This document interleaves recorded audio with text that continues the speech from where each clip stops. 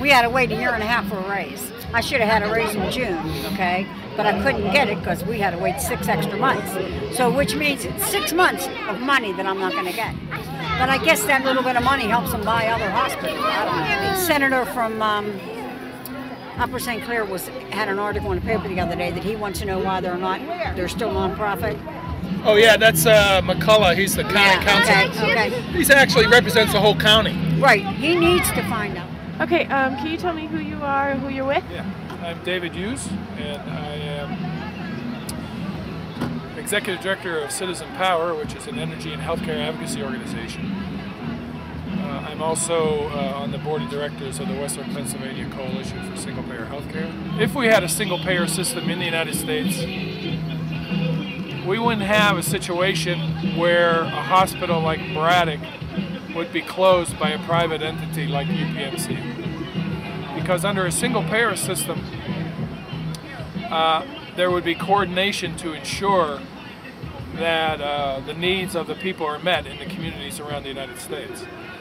And so there would be a systematic approach to determine if a hospital has to stay open or not, what accessibility will people have if a hospital were to close, and those kinds of things. So for example, in the Braddock situation, it would be determined under a single payer system that the closest hospital, if Braddock closes, is just too far away in an emergency situation. We've had people even in our own organization who claim that their relatives have survived emergency crises because of being able to go to Braddock.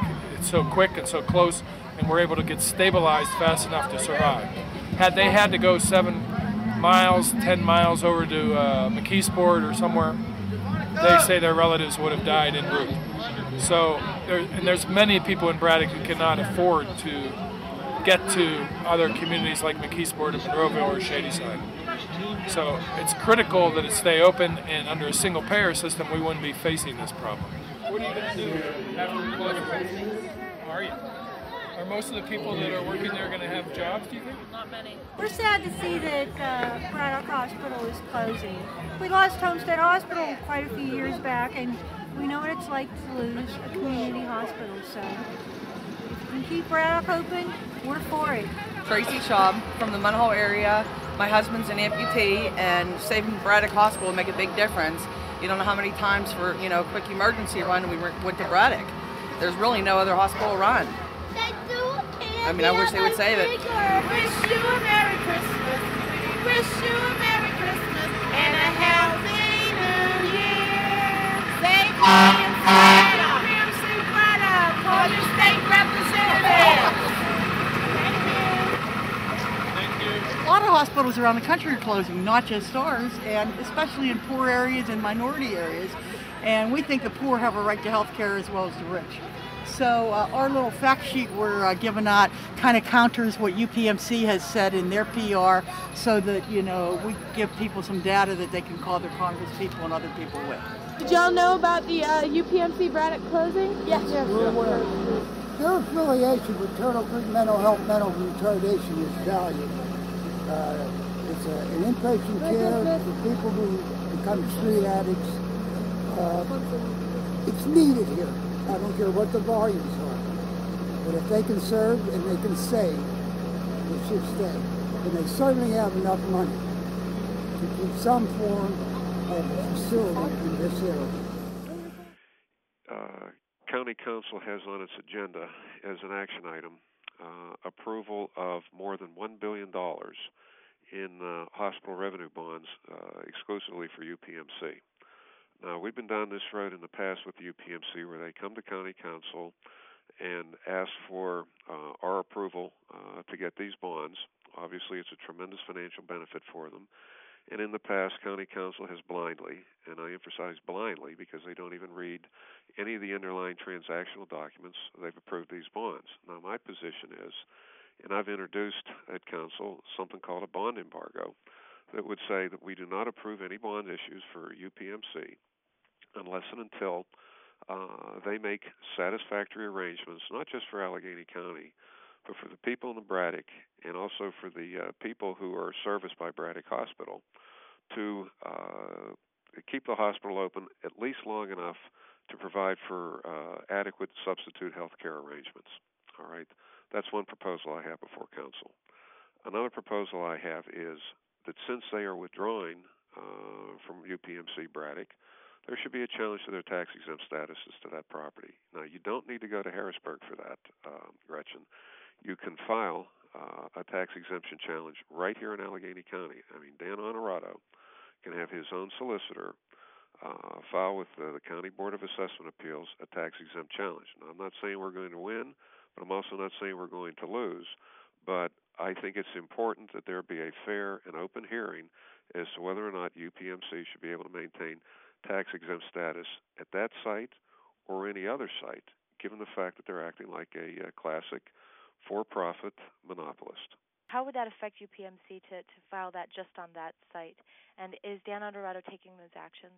Well, I have no confidence that Dan is going to take this action because, number one, because of the attacks I've received from his supporters on county council who have been trying to, frankly, muzzle me from bringing these initiatives forward, and also because of his past behavior, which is whatever UPMC wants, UPMC gets.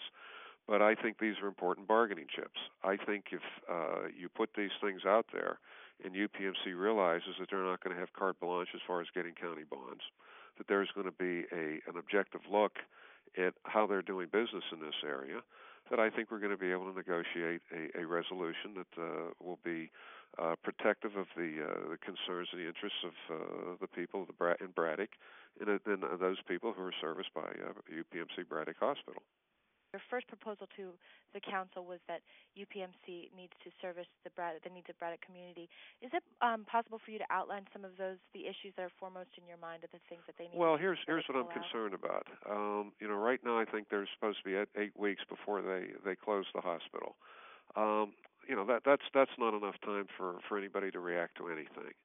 I have to think they've had it in their strategic plan for some time to do this closing. What I would like to see is to negotiate perhaps at least a year before they close the hospital, and have all the affected people, all the affected constituency groups get together to make satisfactory substitute arrangements to keep health care alive in the Braddock area, whether that be to recruit another hospital, bring in a for-profit hospital, or some other arrangements.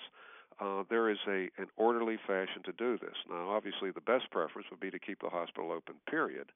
But at the very least, you just don't pack up, pull out, and run out of town. You've got a lot of people who are going to be affected by this. And I think the only fair way to do this is frankly what we're doing with the Carnegie Library, where I'm on the board there. There was big talk about closing a lot of the branches of the Carnegie Library of Pittsburgh, and after some head-knocking and some serious discussions and negotiations, they're going to be kept open for at least another year, and possibly they're going to be kept over longer because there's going to be alternative arrangements. The same thing can work here if you hold UPMC's feet to the fire and bring them to the bargaining table. And without these measures that I'm talking about, I don't see that happening. Can you tell me what you think citizens can do to keep? Well, here's what citizens need to do. Elected officials respond to their constituents. Now, I've been on county council long enough to know that the people on county council want to hear from the constituents. This approval of these bonds is going to be before council next Tuesday. If 2 or 3 or 5 people come in and say, this is a bad idea, council's going to pass it because they're inclined to do that because Dan Honorato wants them to do that. If hundreds of people show up and voice their concerns, and if there's hundreds of emails and letters and phone calls in a concerted effort to show that people are really concerned about this, that they're willing to fight to save their hospital, these politicians will listen because they've listened to other constituency groups in the past when they fight for it. But if they don't see, after all that's going down, they don't see anybody from Braddock willing to fight or not enough people willing to fight, they're going to presume that nobody cares. And then this is going to go down, and UPMC will get the financing that they want, and they'll close Braddock Hospital, and they'll get on with whatever other hospital closings they have, and I have reason to believe that there will be more in the future. And what is the date of the hearing that you propose people should it's going to be Tuesday, December 15th. That's actually the next county council meeting. But also this coming Wednesday, which is the 9th, there's going to be a committee hearing at county council. Now, people can't speak there, but I think they ought to show up and hear this. They'll get a good idea of what's going down. But I strongly encourage anybody that wants to save Braddock Hospital to show up on the 15th, sign up to speak beforehand, voice your concern. But in the meantime, let county council and let Dan Honorato and let your state officials and your federal elected officials know that you're not going to take this line down. Thank you so much. Oh, very, sure very thing, much, Gretchen. McCullough. My pleasure.